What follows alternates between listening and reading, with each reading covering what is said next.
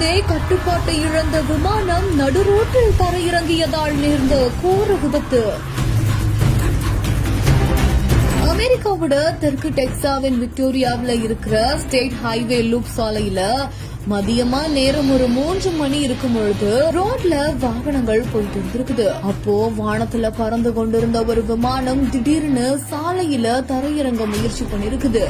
அப்படி லேண்ட் ஆகுற சமயத்துல அந்த விமானம் கட்டுப்பாட்டை இழந்து சாலையில சென்று கொண்டிருந்த 3 கார் மேல மோதி 2 துண்டுகளா தறிவிட்டு உடைஞ்சிருக்குது. இந்த கோர விபத்துல 4 பேர் மருத்துவமனையில் அனுமதிக்கப்பட்டு சிகிச்சையை பெற்றுட்டு வர நிலையில 3 பேர் டிஸ்சார்ஜ் செய்யப்பட்டிருக்கிறதா தகவல் வெளியாகிருக்கு. இந்த விமானத்துல பைலட் மட்டும்தான் பயணம் செஞ்சிருக்காங்க. அந்த பிளைட்ல எரிபொருள் தீந்து போனதுனால வேற வழி இல்லாம அவசரமா விமானத்தை தரையிறக்குனதுனாலதான் இப்படி ஒரு கோர விபத்து நடந்ததாகவும் சொல்லப்படுது.